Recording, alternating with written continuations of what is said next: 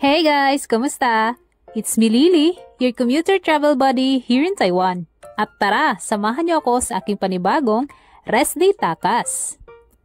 Sa pangalawang takas ko nga dito sa Tai'an Station, ang next ko nga pinuntahan ay itong Tai'an Bald Forest. Galing nga dito sa Tai'an Train Station ay 16 minutes mo ngang lakarin papunta dito sa Tai'an Bald Forest. Dinaanan ko nga muna itong Tai'an Police Station Cherry Blossoms dahil nga marami nga cherry blossoms ngayon. At marami ka ding makikita ditong mga street foods. Ang ganda nga rin dito ng cherry blossoms ngayon dahil naka full bloom na sila. Kaya siguro napakaraming tao ngayon dito.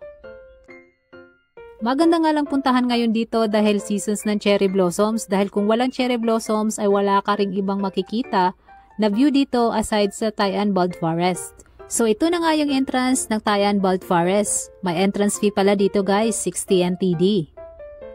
At open sila everyday 9 AM to 5:30 PM. Ang ganda nga rin ng lugar na to, para kang nasa Korea.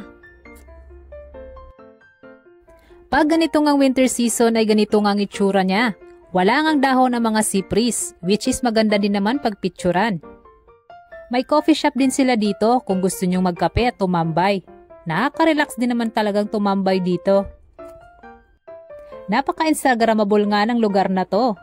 At konting ingat lang din kung magte-take kayo ng picture dahil may parting may tubig nga ang nilalakaran mo dito.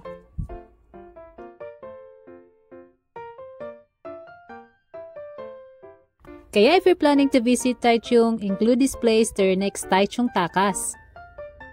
Salamat sa panonood and see ya sa mga susunod ko pa na Rest Day Takas dito sa Taiwan. Bye!